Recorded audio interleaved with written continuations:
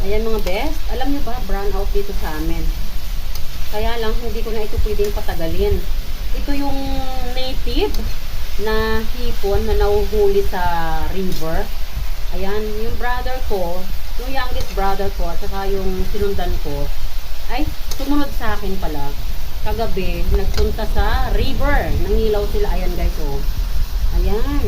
So, niluto ko siya sa butter. This is so yummy, guys. Butter lang, guys. At saka maraming paminta.